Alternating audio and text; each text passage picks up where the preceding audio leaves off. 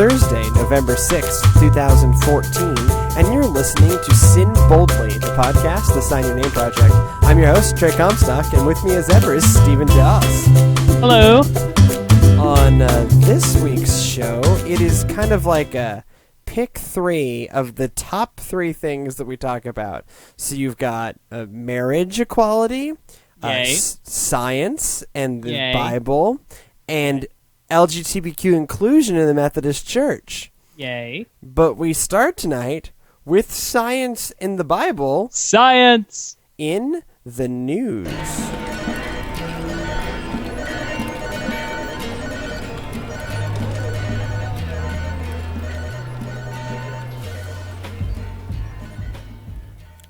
So I think it was late last week that Pope Francis, friend of the show, good friend of ours, made headlines by essentially making a statement that at least the past 2 or 3 popes, depending on how you're counting, have kind of said, and the Catholics, they apologized for Galileo and all that. But anyways, so he basically made a statement that was Christianity is not incompatible with science. And some of us kind of went, yeah, no, duh. That's right. That's because we're Protestant. Right, but getting to my point here in a minute, but I don't actually think that statement that we're Protestant makes that science and the Bible conflict real easy in this day and age. Mainline Protestant. Maybe. And so, this was news because, of course, anyone who's Christian, it's just assumed that we don't believe in the science thing. And magical sky fairies. Magical sky fairies. They hold the earth up. Thank you very much. Yeah, sure. Why not? If you have any comments or feedback, send it to Magical Sky Fairies. Please don't. I don't. If I have to see Ken Ham's face one more time, I'm going to wring his little neck. I said that in the pre-show. Angry Muppet. Yeah, like an angry, would that he were. So this was news, and I kind of think that this was news because Protestants are dumb, not because the Catholic Church has held this stance for a very long time. And depending on how you look at it, even in the time of Galileo, they were very interested in scientific research. So that's why Galileo was doing scientific research, because he worked at a church. Right. So the Catholic Church is kind of a long scientific history with some dark periods. I admit it. But those dark periods are not the last 50 years. And the fact that this still makes headlines, I think, is because there are so many Protestants who make it sound that Christianity and science are two diametrically opposed things, like Ken Ham. No, excuse me. Ken Ham supports the science he likes, but then views Noah's Ark as the key turning point in evolutionary biology. Oh, Gavalt. Right, there are many scientists who are, young Earth creationists. Yes, but most of them are not geologists. Or, evolutionary biologists. No. So you could just, there are specialties within science. So yeah, here is a engineer who says the Earth is 3 days old. Well, great. I'm sure he builds admirable bridges, but he's not a geologic authority. You can't just lump all scientists into a pot and said, here in this scientist stew is all scientific knowledge. All science is the same. Just like, when CNN uses church to talk specifically about the Catholic Church, we can use scientists to talk about every scientist ever. And they all have the same credentials. Yeah, and they all study it's like med school. And I know that you have specializations in med school, but there's a primer course where you everyone cuts up a dead body, everyone does different rotations, right? That's how science works, right? You do different rotations through the different sciences. No, wait, you specialize from a very early age, from undergrad onwards, you kind of specialize. If you're really into mollusks, you start specializing in mollusks really early. So you don't necessarily have a wide, they're smart people perhaps, but if you're not a geologist, you might be able to become convinced of the young Earth creation. What I want is I want the modern geologists, not those from 300 years ago, who believe in young Earth creationism. And then maybe I'll have a conversation. And you're not going to find many of those, even the Christian ones. Okay, so here from livescience.com. Catholic. The permalink is Catholic Church Big Bang Evolution. So Catholic Church Big Bang Evolution. So here's the quote. When we read about creation in Genesis, we run the risk of imagining God as a magician with a magic wand able to do everything. But that is not so, Francis said at a meeting of the Pontifical Academy of Sciences. Again, the Pontifical Academy of Sciences. Who've been around for a solid, what? Long time. 500, 600 years? Probably. I didn't write this. This is Francis. He created human beings and let them develop according to the internal laws that he gave to each one so that they would reach their fulfillment. Evolution in nature is not inconsistent with the notion of creation because evolution requires a creator, the creation of beings that evolve. Right. This is basically what I believe. It's what most people who are Christian believe. I mean, let's just be honest with ourselves. That, yes, the story of creation is that creation happened. It's not a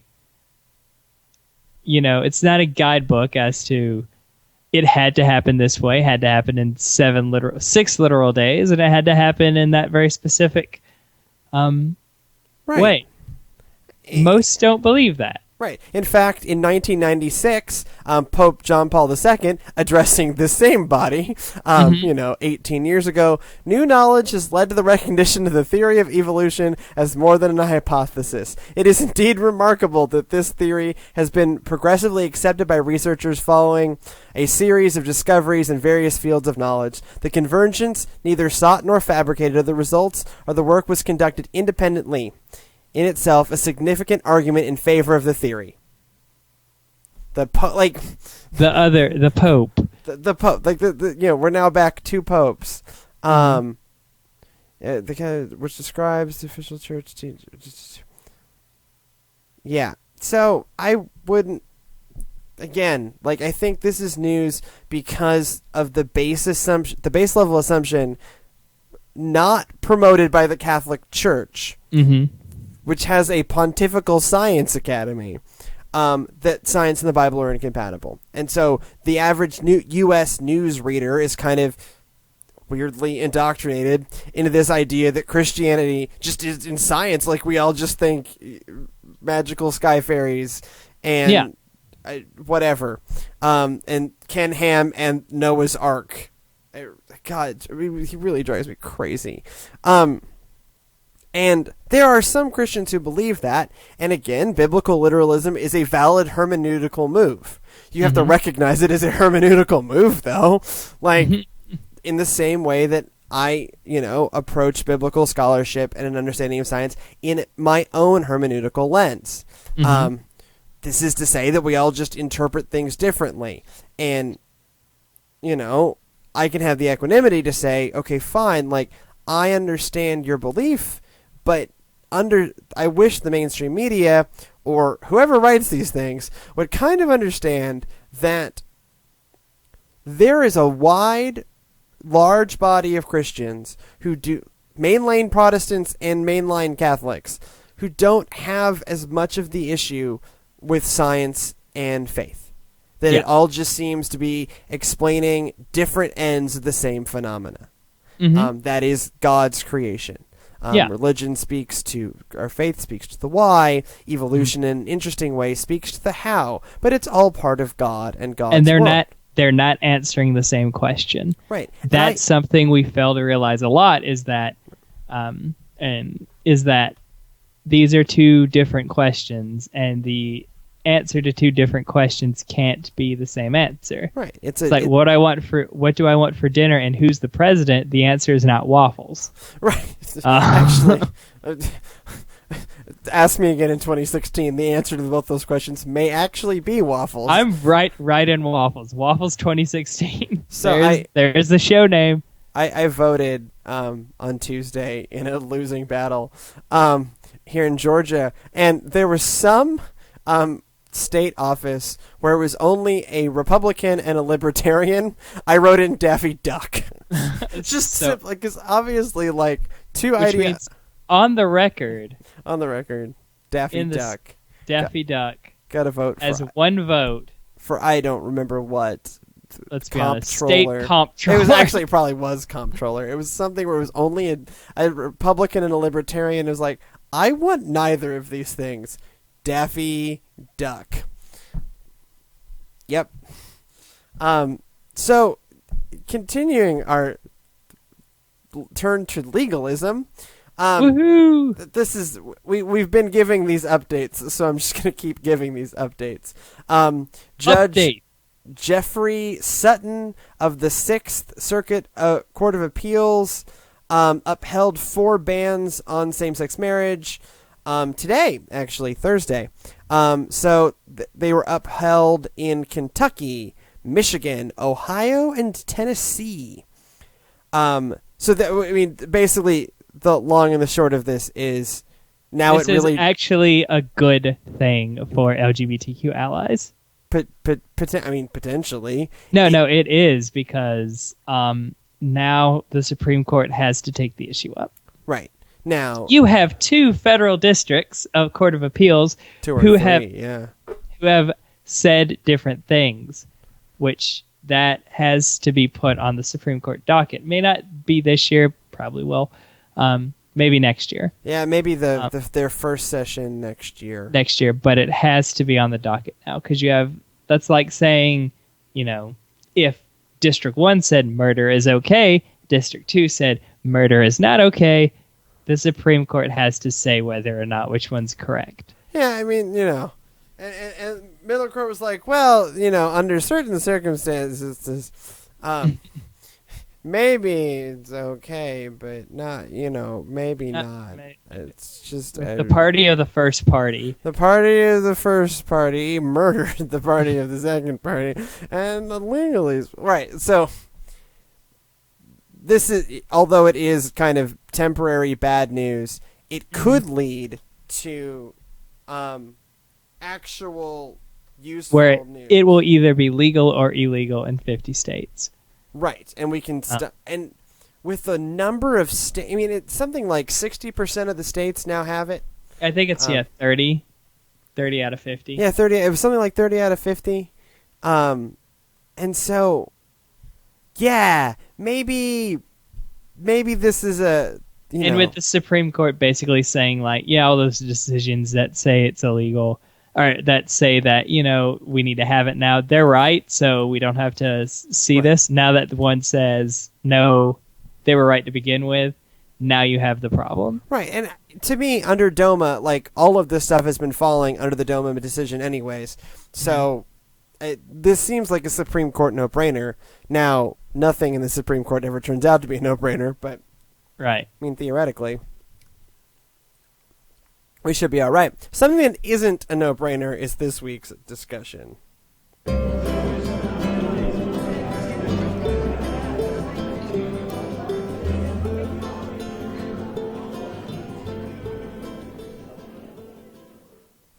For a church that hasn't meaningfully changed its stance on inclusion in like 30 years... 40. 40. Thank you. I can't do math today. 40 years. We certainly do talk about it a lot.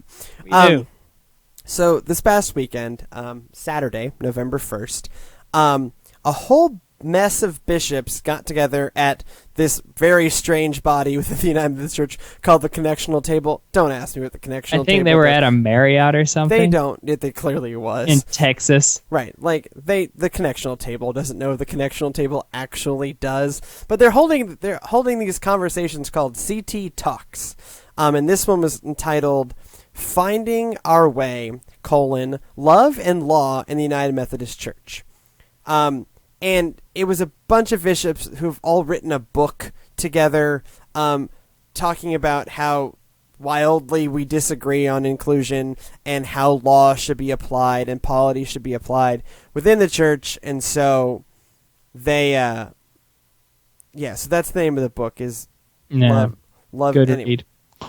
I'm going to read it at some point. I'm in the middle of crazy projects, so not at it's like you're still in graduate school. It's like, yeah, screw you. Okay, so there's Bishop Hope Morgan Ward, Bishop Melvin G. Talbert, Bishop Kenneth H. Carter, Bishop Michael J. Lowry, Bishop John K. Yamabatsu.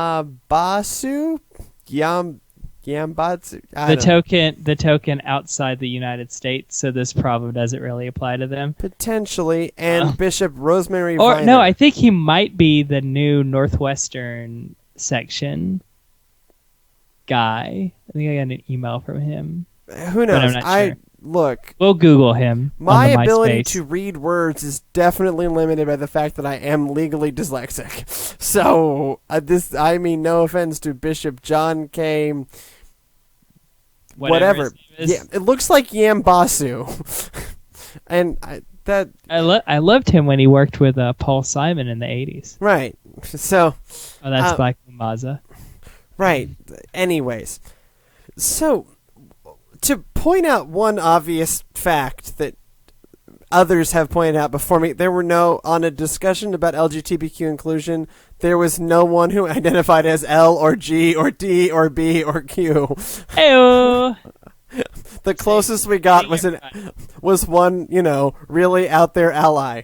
And by out there ally, I mean Bishop Melvin G. Talbert, who has been censured for doing a gay being an ally. For being an ally. So, mad, very much respect. I have very much respect for Melvin G. Talbert, but that's as close as we got to someone who was gay. Was a man who was straight, but really likes gay people. This is one of those, where it was the Fox News discussion about women's contraception, and it was all men.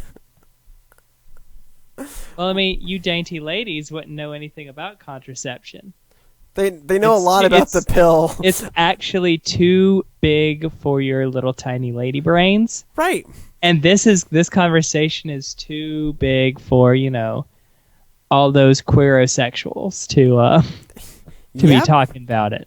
Right, but I don't know why honestly, would it kill you to find the token gay bishop?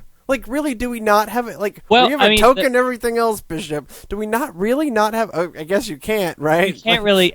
that's another thing, is you can't really call it someone, hey, we want you to be on this table for bishops, and we want you to talk about, your life as a gay person. Oh, by the way, you're up on charges, too, because you just outed yourself. As a practicing homosexual... this is the problem, right? When you make this a bishops-only discussion... There was some co-author of the book or whatever, but basically a bishops-only discussion. Someone from the publishing house. Yeah, who co-edited the book. I'll admit I didn't get all the way through this. I'm still in grad school. But I got a reasonable way into it, enough to get the gist.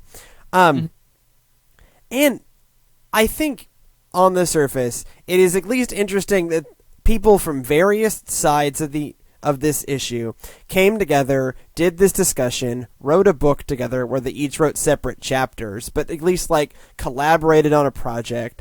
That speaks to the continuing of Big Tent Methodism and, the Council of Bishops in some ways modeling what it is to both disagree strongly and be in community. Right? So that is interesting. The fact that there are no LGBTQ folks on this panel is classic. Classic United Methodist. Classic United Methodist. It is I'm laughing because it's better than crying or throwing things. Yeah. So I kind of laugh in that dark, edgy humor kind of way of laughing, ha ha ha ha. Oh, God. So I'll try to summarize the overall thrust of the two arguments, because I think there's an interesting discussion to be had around particularly those who are not necessarily arguing against or for or against inclusion, but the argument of what it means to be in covenant.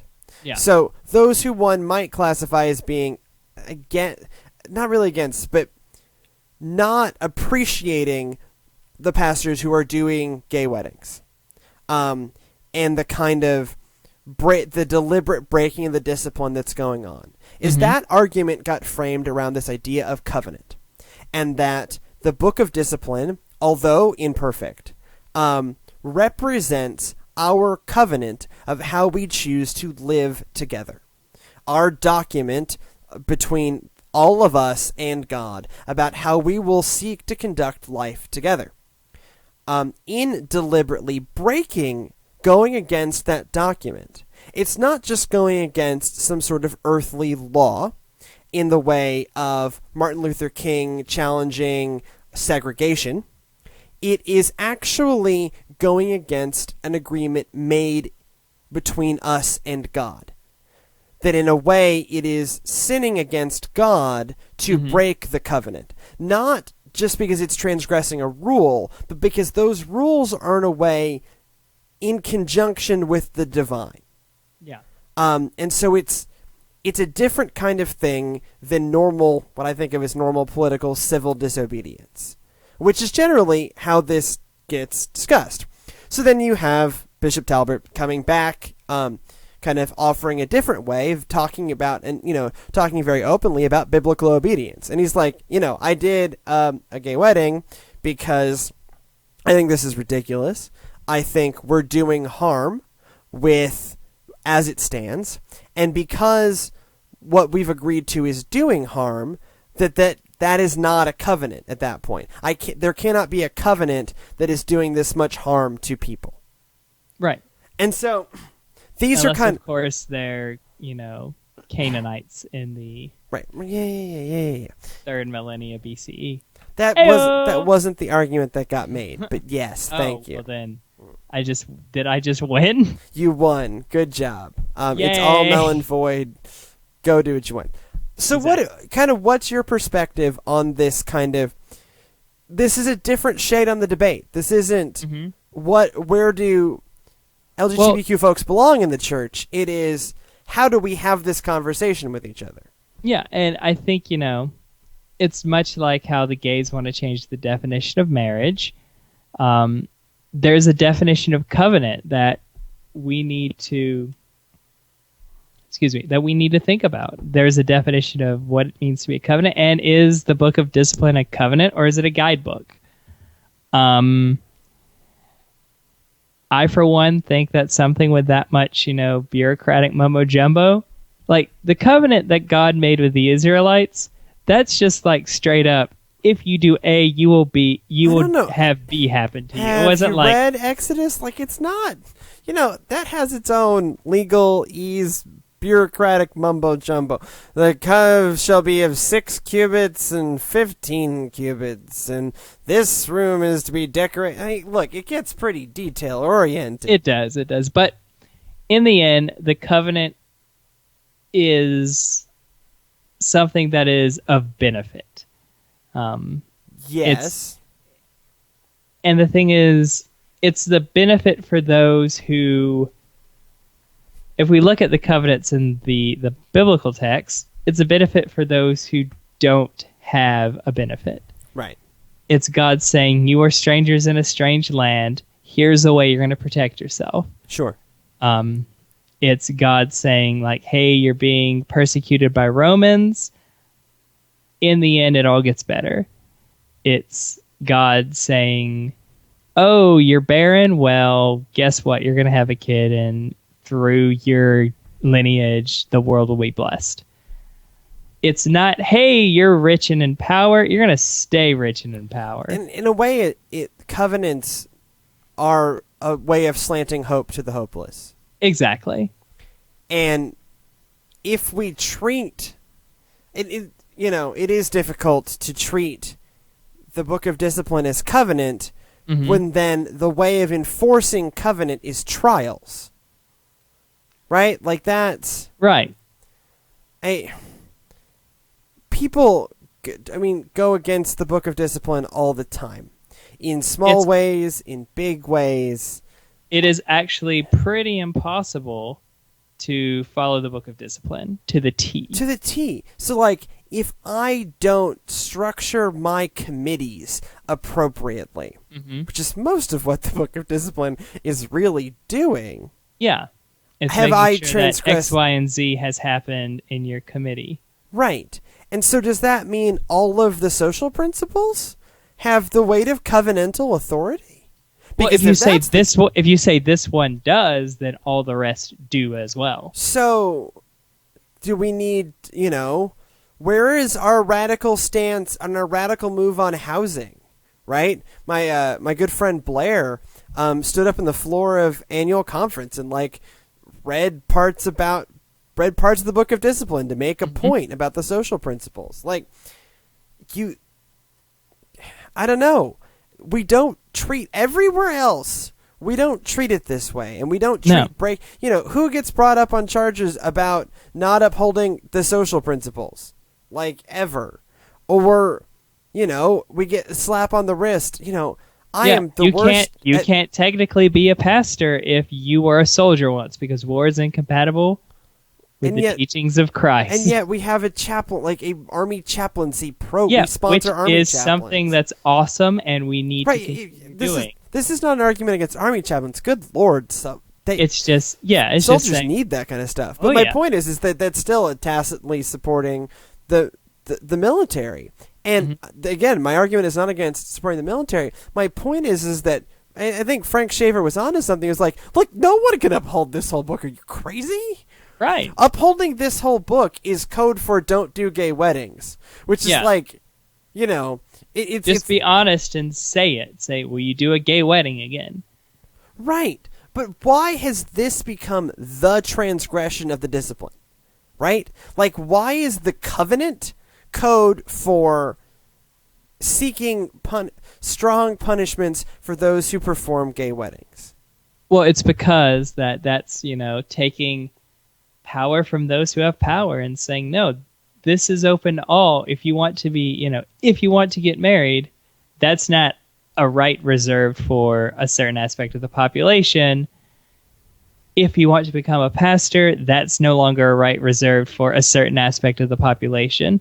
It now says, now we can't just say, oh, it's because, now you have to actually look at the people who want to say, yes, God is clearly calling you, because God calls people to get married to certain people that they're attracted to. God calls people to become pastors because that's just who God calls. Right. And I mean, and this covenant, if this covenant goes against what God is calling certain people to do, is it really a covenant? But why is it? But again, why is this? I've decided this. I've changed my mind now. But why is this the thing that makes it so covenantal? Because why are we not going after people who structure their committees wrong? Well, because this is from the biblical It's text. literally sexy. But again, if you've elevated this to covenant, it's all covenant or it's all not, right? Right. Or what parts of it are? Please show me what parts of it are covenant, right? I screw up my paperwork all the freaking time. Even the stuff that's required by the discipline, I'm really bad at it. I'm just bad at paperwork. So if I transgress the covenant, and if so, where are my charges? Don't listen to them, Herzen. Where are my charges? Bring you up on charges. Well, go ahead. Right? Or misusing jots and tittles. Right. Wait, whatever. There's this odd double standard of everything else in the discipline, homosexuality. Yeah. All these other important things, where we just kind of nag, you really, you silly little monkey. But I like you because you're a straight white male. You really should, over the age of 60. You really should be structuring your committees in the traditional fashion, but we'll really just wait for the next pastor and tell him or her to do it, right? We don't. That's just not the.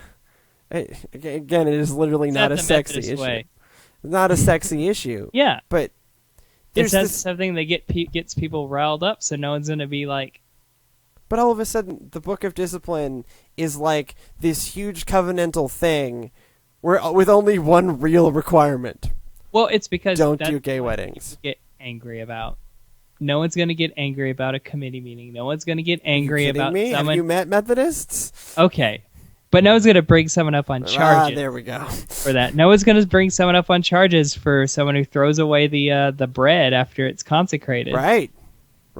Even though that's a chargeable offense. It is. I'm for one, I've been someone who I've actually had to fish bread out because I was at a church and the pastor just tossed it in the garbage. And I was like, no, this is not right. I mean, I do the grape juice shot at the end of... The grape juice and bread shot at the end of worship. I like that. Or like, my example is always like that one time I let the Baptist preacher preach in my pulpit without getting prior approval from my district superintendent. I transgressed the discipline. Yep, you broke it. You should be up on charges. Yeah, I should be. And the statute of limitations hasn't run out. Like, look, now's your chance. Yeah, you want to get him now. You want to get him now. And let's see what... I mean, it would almost be... I don't want to do this because it sounds really complicated. But, like, it would almost be interesting to see what would happen. Right? My district superintendent would like, hey, don't do that again. It's like, sorry. It's like, don't worry about it. Don't worry. I messed up. Admittedly, I messed up. I didn't even think about it. And then I was like, oh, shoot, I should have done that. But, like, minuscule things. Yeah. But that's, again, covenant. It's an all or nothing proposition. So again, we're going around in circles. By the way, as did they.